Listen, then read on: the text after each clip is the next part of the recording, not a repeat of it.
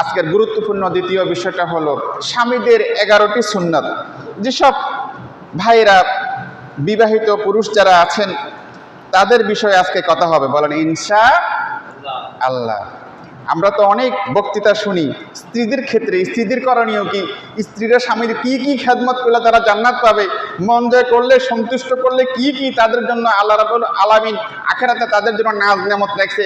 আজকে আসুন স্বামীদের বেলায় স্বামীরা কি কি কাজ করলে, কি কি কাজ করা সুন্নত এবং স্ত্রীদের কি কি হক আছে স্বামীদের কাছে জানা দরকার আছে না নাই? স্বামীদের 11টি সুন্নত। কয়টি সুন্নত? 1 নম্বর সুন্নত হলো দিনদার স্ত্রী গ্রহণ করা। কোন দার? কথা কি বোঝা যায়? দিনদার স্ত্রী গ্রহণ করা। আপনি দেখবেন সমাজে অনেক টাকা পয়সাওয়ালা, অনেক কিছু আছে, অনেক খ্যাতি যশ, অনেক কিছু অর্জন করছে, কিন্তু পরিবারের শান্তি নাই। এরকম লোক আছে না নাই? আল্লাহ রাসূল সাল্লাল্লাহু আলাইহি ওয়াসাল্লাম বলেছেন, একটা মানুষ বিয়ে করে 4 সুরতে, কয় সুরতে? খ্রিস্টানরা বিয়ে করে সবচেয়ে সুন্দরী মহিলা যে তাকে, এটা হলো খ্রিস্টানদের রেওয়াজ। কার রেওয়াজ? হিন্দুরা বিয়ে করে বংশের মিল রেখে, হিন্দুরা বংশের সাথে যদি মিল না থাকে তাহলে কখনো সম্বন্ধ করে না, ঠিক না বেঠিক? ইহুদিরা বিয়ে করে সবচেয়ে ধনাঢ্য অট্টালিকা মানুষ যে তার মেয়ে বিয়ে করে সবচেয়ে ধনী পয়সাওয়ালা হতে হবে, এটা হলো ইহুদিদের চরিত্র। কার চরিত্র? কি কথা বোঝা যায়? আর মুসলমান বিয়ে করবে দিনদার পাত্রী দেখে, কারণ পৃথিবীর বুকে সব নাজ নেয়ামত শেষ হতে পারে, মানুষের সব কিছু শেষ হওয়ার পরেও যার ভিতরে দিনদারি আছে সে হলো নেককার। সে কি? আদ-দুনিয়া কুল্লুহা মাতাউন ওয়া খায়রু মাতা'আদ দুনিয়া আল মারআতুস সালিহা। আল্লাহ রাসূল সাল্লাল্লাহু আলাইহি ওয়াসাল্লাম বলেছেন, দুনিয়ার জীবনের সব কিছু হলো সম্পদ, আর একটা মানুষের জন্য সবচেয়ে বড় সম্পদ হলো দিনদার স্ত্রী। কোন স্ত্রী? দিনদার স্ত্রী যদি না হয় সংসারে ভেজাল, পরিবারে হট্টগোল, সমাজে সমাজে মারামারি, বিভিন্ন ক্রিমিনালি এগুলা সৃষ্টি হয় কুচক্রি কিছু খারাপ মহিলার কারণে। আজকে দেখবেন ভারতের কিছু চ্যানেলের কারণে, স্টার জলসা, জি বাংলা, বিভিন্ন চ্যানেলের কারণে আমাদের সমাজ আজকে ধ্বংস, ঠিক না ঠিক? কিভাবে শাশুড়িকে জিম্মি করা যাবে, ননদকে কিভাবে হাত করা যাবে, দেবরকে কিভাবে হাত করে সংসারে টাকা পয়সা অর্জন করা যাবে, এই সব কিছু শিখায় ভারতের ওই কুচক্রি মহলের ওই চ্যানেলগুলো। বলেন ঠিক না ঠিক? রিমোট কন্ট্রোল আপনার হাতে যদি না থাকে, আপনি যত টাকার মালিক হন আর যত সম্মানের মালিক হন, আপনার পরিবারটা ধ্বংস হতে বেশি দিন সময় লাগবে না, ঠিক না ঠিক? আল্লাহ রাব্বুল আলামিন আমাদেরকে এই সকল খারাপি থেকে দূরে রাখার, দূরে সরে থাকার তৌফিক দান করেন, বলেন আমিন। তাহলে স্বামীদের 11টি সুন্নতের ভিতরে 1 নাম্বার সুন্নত হলো দিনদার স্ত্রী গ্রহণ করা। দিনদার স্ত্রী গ্রহণ করা।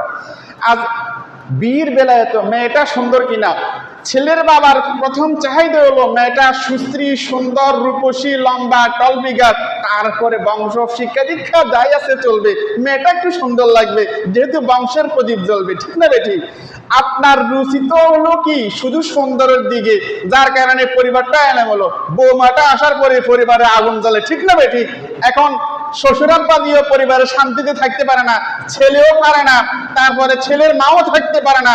ওই খারাপ একটি মহিলার কারণে পুরো সমাজ তছনছ হয়ে যাবে, নাউজুবিল্লাহ। এই জন্য আপনাকে বাছাই করতে হবে দিনদার দেখে, মেয়েটা পর্দা করে কিনা, মেয়েটা সহনশীল, নম্র, ভদ্র কিনা, তারপরে মেয়েটার ভিতরে গুণাগুণ কি কি আছে। আগেকার সময় যখন বিয়ে হতো আমরা দেখতাম আমাদের দাদারা নানারা বলতো যে বিয়ের পাত্রী যখন দেখতে যখন যেত তখন জিজ্ঞেস করা হতো সূরা ইয়াসিনের কত মুমিন আছে আপনি পারেন? আপনি সূরা ফাতিহাটা বলুন তো, আপনি সূরা রহমানটা পড়তে পারেন? আপনি কি সূরা মুলুক পড়তে পারেন? আপনি কোরআন শরীফ কিভাবে শুদ্ধ পড়েন একটু পড়ে দেখান তো। কোরআন শরীফ পড়াইতো, তখন ওটা দিনদারি নির্ণয় করে তারপরে তার ঘরে বউটা উঠে নিত, ঠিক না ঠিক? এখন দিনদারি না থাকার কারণে আমাদের সমাজটা হয়েছে উল্টা পাল্টা, আর আমাদের ঘরে হয়েছে অশান্তি। বলো নাউজুবিল্লাহ। স্বামীদের দ্বিতীয় নাম্বার সুন্নত হলো স্ত্রীদের কাছে তাদের প্রত্যেক স্বামীর মনের কথা প্রকাশ করা। কিছু কিছু স্বামী আছে বউর সাথে বেশি কথা কয় না, খুবই একেবারে নীরব নীরব থাকে। কি থাকে? নীরব নীরব থাকে। বউর সাথে কথা বললে আবার কিছু কিছু মা বাবা আছে বলে যে হে বউর সাথে কি বেশি বেশি কথা বলে, এটা আবার মা বাবা খারাপ মনে করে। কিছু কিছু মা বাবা এরকম আছে ছেলে তার বউর সাথে কথা বলে, এটা সে পছন্দ করে না, ঠিক না ভাই? ঠিক কি কথা বলেন না কেন? এখন দেখা গেল বউর সাথে যখন সে মন খুলে কথা বলতে পারে না, তখন সে কথা বলে বিভিন্ন জায়গায়, বিভিন্ন বাজার দেয়, বিভিন্ন ভাবিদের সাথে, বিভিন্ন খালতো মামতো বোন টালতো বোনদের সাথে। যেহেতু বউর সাথে কথা বলার তেমন ঘরে সুযোগ নাই, পরিবেশটা খুব ক্ষীণ, এরকম আছে না নাই? আল্লাহ আমাদেরকে হেফাজত করে বলেন আমিন। স্বামীদের 3 নাম্বার সুন্নাত হলো প্রত্যেক স্বামী সবসময় পরিপাটি থাকা। এটা রাসূলের সুন্নাহ। কিছু কিছু পুরুষ আছে দেখবেন একটু এলোমেলো চলে, সপ্তাহে একদিনও সে দাড়ি পরিষ্কার করে না, একটু ঠিকঠাক ভাবে চলে না, তারপরে সুগন্ধি মাখা না। সুগন্ধিটা সুন্নাত, রাসূলের জন্য সুগন্ধিটা কি সুন্নাত ছিল। রাসূলের 3টা সুন্নাত সবসময় কি করতেন? লেগে থাকতো। একটা হলো সুগন্ধি, একটা হলো স্ত্রী, আর একটা হলো নামাজ। এটা কার সুন্নাত? রাসূলের সুন্নাত। কিছু কিছু পুরুষ একেবারে অপরিপাটি ভাবে চলে, জেনাতেনা ভাবে চলে। আপনি যেরকম আপনার স্ত্রীকে সবসময় পরিপাটি দেখতে চান, ইসলাম বলে আপনি স্বামী হিসাবেও আপনার স্ত্রীর জন্য আপনাকে সবসময় পরিপাটি ভাবে থাকবেন, এটাই তার হক, ঠিক না ভাই? ঠিক কি কথা বলছেন না কেন? আপনাকে ঠিক ঠিক ভাবে থাকতে হবে। 4 নাম্বার সুন্নত হলো স্ত্রীর সাথে উত্তম আচরণ করা। স্ত্রীদের সাথে উত্তম আচরণ করা। কিছু কিছু পুরুষ এমন আছে, আমি নিজ চোখে দেখছি, খরচের জন্য কিছু জিনিসের জন্য বললে একেবারে ঘেটঘেটি মারে, কয় এগুলো আগে বলো নাই কেন? আমি এতক্ষণ ঘরে ছিলাম, যাওয়ার সময় অনেক কথা বলার প্রয়োজন হয়েছে। মনে হয় যেন তার সবচেয়ে একেবারে খারাপ শত্রু, এরকম বোঝা যায়, ঠিক না? ঠিক খারাপ ভাষা ব্যবহার করে। অথচ ভাবিদের বেলায় কি মিষ্টি মিষ্টি কথা চুপি চাপে, আছে না নাই? বউর সাথে খারাপ আচরণ দেখিয়ে খারাপ ভাব সৃষ্টি করে সে মনে করে যে না, এই বউর সাথে আমার ঘর করা ঠিক হবে না, সে সম্পর্ক করে ভিন্ন একটা মহিলার সাথে, আর এটাকে বলা হয় পরকীয়া। এটা কি বলা? নাউজুবিল্লাহ। স্বামীদের 5 নাম্বার সুন্নাত হলো স্ত্রীর প্রতি সবসময় আন্তরিক থাকা। এটা কিন্তু গুরুত্বপূর্ণ কথা। স্ত্রীর প্রতি সবসময় কি থাকা? আন্তরিক থাকা। আপনি দেখবেন নববিবাহিত কিছু ছেলে যখন বিয়ের পর স্বামী স্ত্রী তখন খুবই একাকী থাকে, কি কথা ঠিক আছে? বাচ্চা কাচ্চা যখন হয়ে যায় তখন একটু ব্যস্ত থাকে, দেখা গেল পরিবারটা ছোট হওয়ার কারণে ওই স্বামীটা তার বাচ্চা কাচ্চার কিছু কিছু দেখাশোনা করতে হয়, তাকে কোল নিতে হয়, মাঝে মাঝে তাকে গোসল করাইতে হয় না? এখন দেখা গেল পরিবারের সেটা মা হোক আর বাবা হোক, এটাও ভালো চায় না, ভালো দেখতে পারে না, ভালো দেখে না যে আমার ছেলেকে দিয়ে আমার নাতির অমুক কাজ করে দিয়েছে, বউ তো ফ্রি আছে, মানে শুধু খটকা লাগায়, এরকম আছে না নাই?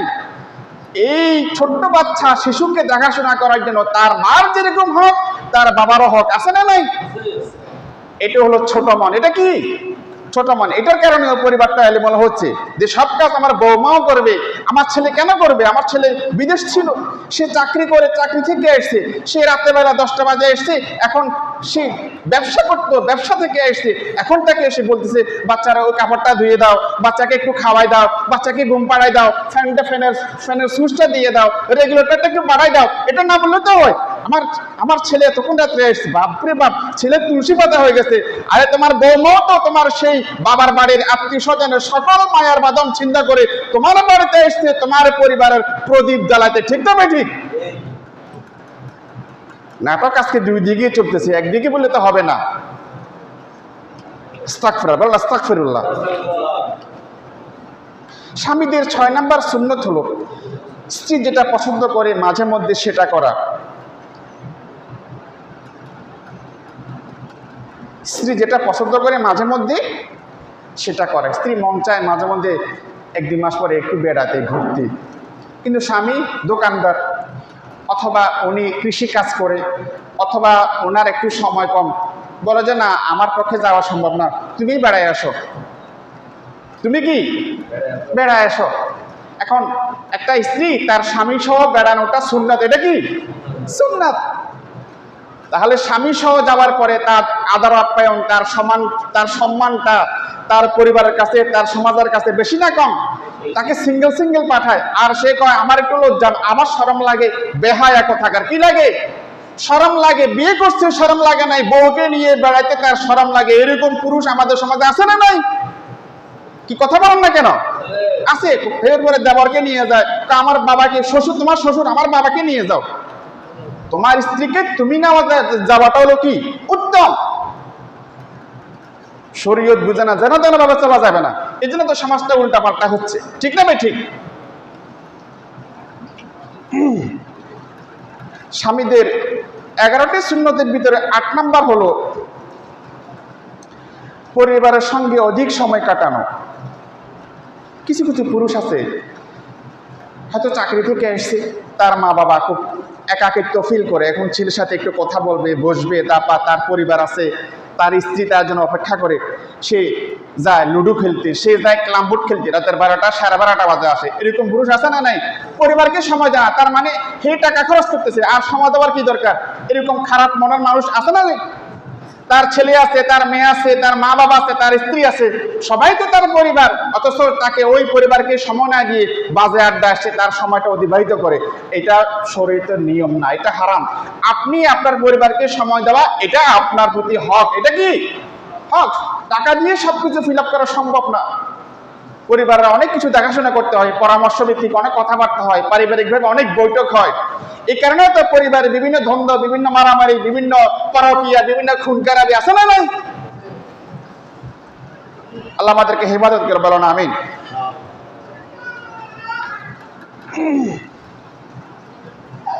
স্বামীদের 11টি সুন্নতের ভিতরে 9 নাম্বার হলো পারিবারিক কাজে স্ত্রীর সঙ্গে পরামর্শ করা। পারিবারিক কাজে স্ত্রীর সাথে পরামর্শ করা। দেশি মরক জবাই করছে স্ত্রী, সে ভালো খাই গেছে, বাজারে যাই, অনেক বড় একটা কাতল মাছ 10 কেজি 12 কেজি বল মাছ পাইছে, রাতা হাঁস 2টা নিয়ে ফেলছে, নিয়ে বাড়িতে পৌঁছায় দিছে। তারপরে ছোট কাঁচকি মাছ নিছে কয় কেজি? 2 কেজি। অথচ তার স্ত্রীটা অসুস্থ, এটা তার মাথা নেই। কিছু কিছু বেকুব স্বামী এরকম আছে যে স্ত্রী যেদিকে যাবো যাক, হে খাইতে পারলে হবে, হে থাকতে পারলে হবে, তার মন মানসিকতা সম্পূর্ণ ব্যতিক্রম, আছে না নাই? এটা স্ত্রীর প্রতি সম্পূর্ণ জুলুম। এটা কি জুলুম? একটু চিন্তা করে দেখেন, যেসব স্বামীরা এইসব আচরণ দেখিয়ে সমাজে চলে, আপনাকে যদি আল্লাহ রাব্বুল আলামিন যদি মহিলা করে পৃথিবীতে সৃষ্টি করতো, আপনি কি একদিন সংসার করতেন? একদিনও করতেন না। বলতেন যে আমি তোর ঘর কার করবো না, আগামীকাল থেকে এত কাজও করবো না, ঘরও করবো না। কি আপনাদের মনে কষ্ট যায় মনে হয়? আমি বাস্তবিক কথা বলছি। এগুলা যত দোষ নন্দ ঘোষ, একটা কথা আছে, সব দোষ মহিলার, পুরুষের কোনো দোষ নাই। পুরুষের কি কি দোষ আছে, কি কি মিলমিল, কি কি গোজামিল, আজকের বক্তৃতা অনেক কথা চলে আসছে, আরো আসবে ইনশাআল্লাহ। স্বামীদের 11টি সুন্নতের ভিতরে 8 নম্বর সুন্নত হলো স্ত্রীর মা এবং বাবাকে সম্মান করা। স্ত্রীর মা এবং সম্মান করা, এটা আমাদের ঘাটতি আছে। আমরা আমাদের মা বাবার জন্য যতটুকু করি এবং বুঝি, কথাটা লক্ষ্য করেন, আমরা আমাদের মা বাবার জন্য যতটুকু করি, যতটুকু বুঝি, শ্বশুর শাশুড়িকে অতটুকু বুঝিও না, অতটুকু করিও না। আরো ধমক দিই, এই তোমার মা বাবা এটা খাইছিনি, তোমার মা বাবা। শ্বশুর শাশুড়ি আপনার মা বাবার সমতুল্য, মা বাবার সমতুল্য। বারবার আসে কেন শ্বশুর? দেখতে কেন আসে? তোমার বাবা গত সপ্তাহে এসছে, আবার কেন আসছে? আসলে তো এখন আবার বাজার সদাই করতে হবে। ছোট মন মানসিকতা। মেয়ে যারা বিয়ে দিছে তাদের সাথে যোগাযোগ করে দেখো, কলেজের টুকরাকে তুমি নিয়ে এসছো বিয়ে করি, তাকে দেখতে এসছে তার বাবা, তোমার মনে কত অশান্তি, কত নাখোশ, তুমি কত অসন্তুষ্ট। এরকম আছে না নাই? শ্বশুর শাশুড়ি আসলে জামাই বাবাজি খুব অসন্তুষ্ট, রাগ, মনে মনে রাগ, কথা কম বলে, একটু ভাবসাব নিয়ে থাকে। ওই দিন কথা খুবই কম বলে, কারণ সে গত সপ্তাহে গেছে, আবার কেন আসছে, তার মনে খুব কষ্ট। কি কথা ঠিক আছে? যোগ বিয়ে করে দেখেন, আপনার প্রতি আপনার শ্বশুর শাশুড়ির হক আছে। যদি আপনি তাদেরকে যথাযথ মেহমানদারি না করেন, মেহমানের সাথে সুন্দর করে কথা বলাটাও এটাও একটা মেহমানদারি। কিছু কিছু মানুষ আছে মেহমান যাবার পর ঠিকই সবকিছু পরিপাটি করে তৈরি করে, গোশত রান্না করছে, তারপরে মাছ রান্না করছে, ডিম করছে, সালাদ করছে, অনেক কিছু করছে, কিন্তু মেহমানের সাথে কথা বলে না, সারাক্ষণ এদিক সেদিক শুধু সময় পাস করে। এরকম লোক আছে না নাই? আমি কি ভুল বলছি? কথা বলতে হবে, এটা মেহমানদারি না। এতে করে আপনি গুনাহগার হবেন। আপনি ঠিকই আয়োজন করছেন, আপনার বেহাই সাহেব ঘরে বসে রয়েছে, আপনি বাজারের নাম দিয়ে 2 ঘন্টা বসে রয়েছেন, আপনি ব্যস্ততা দেখাইছেন, আপনার বেহাই সাহেব সেই 2-3 ঘন্টা পর আবার চলে গেছে, আপনি বেহাইয়ের সাথে দেখা করতে পারেন না। এরকম আছে না নাই? বেহাইয়ের সাথে মনোমালিন্য, ঈদের সময় তিনি যা দিছে, পাশের বাড়ির দেখো না অমুকের বউ বিয়ের পরে এক ট্রাক তরমুজ আসছে, আমার ওই বেহাইয়ের বাড়ি থেকে মাত্র 10-12টা তরমুজ দিছে। নাউজুবিল্লাহ বলবেন না? ছোট মন, এটা হারাম। হ্যাঁ, এখানে একটা মাসালা আছে, যদি আপনার ছেলের বাড়ির বউ থেকে বাবার বাড়ি থেকে যদি আপনার বৌমার বাবার বাড়ি থেকে যদি কিছু আসে, ইফতারি, বিভিন্ন শীতের পিঠা, যা দে তার চেয়ে বেশি আপনি পাঠাই দিবেন, এটা হলো সুন্নাহ। এটা কি? এবার কথা বলেন, এটা কি? এটাকে কেউ পাঠায়নি, এটা হারাম, আপনি বাধ্য করছেন। আরে বাপরে বাপ, ছাগল দিছে, ছাগল আমার সালে পাশের বাড়ির এই বিয়ে করছে অমুকের ছেলে, কত বড় গরু দিছে, প্রায় 80,000 টাকা দামের, এর বাবা একটা কিপটুসে একটা ছাগল দিছে। নাউজুবিল্লাহ, তোমার ছেলে কি ছাগলের বিনিময়ে বিয়ে করছে? নাউজুবিল্লাহ বলবেন না? কি ছোট লোক! তোমার ছেলে বিয়ের আগে তুমি কোরবান কি দিয়ে করছো সেটাই ভাবা আগে। ছেলের বিয়ের পরে কেন ছাগল গরুর প্রশ্ন আসলো? এটা তো হাদিয়া, সে ছাগল দিলে তুমি গরু কিনে দিয়ে আসো, দেখবে তোমার সম্মানটা সমাজে আরো বেশি হবে। ঠিক না ঠিক? কি ছোট মন! ছাগল কেন দিল, গরু কেন দিল না, এটা নিয়েও পরিবারে মারামারি। এবং চট্টগ্রামে একটি মহিলা খুন হয়েছে, এরকম নজির আছে না নাই? মিডিয়া কভার করছে তো। মহিলাটা যখন ফাঁস দিয়ে মারা গেছে, তখন তার বিস্তারিত জানতে গিয়ে দেখা গেল ওই মহিলা যে মেয়েটি বিয়ে দিছে তার বাবার বাড়ি থেকে একটি শুধু ছাগল গেছিল। স্বামী এবং তার পরিবারের তার মা বাবা বললো যে না, ছাগল কেন দিবে? এই কথা কাটাকাটিকে নিয়ে সর্বশেষ এই মেয়েটা ফেলের সাথে ফাঁস দিয়ে সে মারা গেছে। বলে নাউজুবিল্লাহ, ইন্না লিল্লাহি। সমাজ কোথায় আছে বাপজান? হাজী সাহেব, আপনি হজ করিয়ে এসছেন, আপনি কি হজের মর্মা বুঝেন? আপনি যে তালবিয়া পড়িয়ে আসছেন, আপনি কি কমিটমেন্ট করছেন? আপনি যে দাড়িতে আপনি মেহেদি লাগাইছেন সুন্দরের জন্য, শয়তানও তো আপনার চেয়ে ভালো ছিল। যে মেয়েটা মারা গেছে সে কি জানতো যে ছাগলের কারণে তাকেও তার জীবনটা বলে দিতে হবে? তাহলে কি মেয়েটাকে বিয়ে দিত? কি কথা বলেন না কেন? এরকম খারাপ মনের মানুষ আমাদের সমাজে আছে না নাই? গরু নিয়ে, ছাগল নিয়ে, সেমাই চিনি নিয়ে, ঈদের তারপরে ওই যে পোশাক আশাকের, আমার একটি মাত্র মেয়ে, আমার একটা মাত্র মাইয়া, তার একটা মাত্র ননদ, ভালো একটা জামা দিতে পারলো না, একটা জামা দিছে 600-700 টাকা দামের, 2000 টাকার একটা জামা দিল তো মেয়েটা খুশি হতো, মেয়েটা কান্না করতেছে। ছোট লোক, এটা কি? ছোট লোক। আপনি কিনে দেন, তার বাবার বাড়ি থেকে কিনে নিয়ে আসাটা ফরজ না, আপনি কিনে দেওয়াটা আপনার জন্য ফরজ, আপনার প্রতি হক, তার বাবার প্রতি কোনো হক কি মনে কষ্ট যায়? বাস্তব ভিত্তিক কথা বলছি। আপনারও তো মেয়ে আছে, আপনার মেয়েটা বিয়ে দেওয়ার পরে কি জবাব দিবেন? আপনার মেয়েও একইভাবে, সেও নির্যাতিত হবে, সেও কষ্ট করবে, 2 চোখের পানি তারও ঝরবে, সেও কাউকে বলার মতো কোনো লোক খুঁজে পাবে না। আল্লাহ আমাদেরকে হেফাজত করে বলেন আমিন। স্বামীদের 11টি সুন্নতের ভিতরে 11 নাম্বার হলো আল্লাহর কাছে ছেলে মেয়ে বিবির জন্য দোয়া করা। আল্লাহর কাছে ছেলে মেয়ে বিবির জন্য দোয়া করা। দোয়ায় মানুষের হায়াত বাড়ে, দোয়ায় মানুষের জীবনের গুনাহ মাফ হয়ে যায়। দোয়ার কারণে মানুষের জীবনের বরকত হয়। মানুষের প্রত্যেকটা কাজের ভিতরে কি হয়? বরকত হয়। আমরা আজকে থেকে আমাদের পরিবার, আমাদের মা বাবা, আমাদের ছেলে মেয়ের জন্য আমরা যেন দোয়া করতে পারি। আল্লাহ আমাদেরকে সে তৌফিক নসিব করেন, বলেন আমিন। ওয়া মা তৌফিকি ইল্লা বিল্লাহ। আসসালামু আলাইকুম ওয়া রাহমাতুল্লাহি তাআলা ওয়া বারাকাতুহু।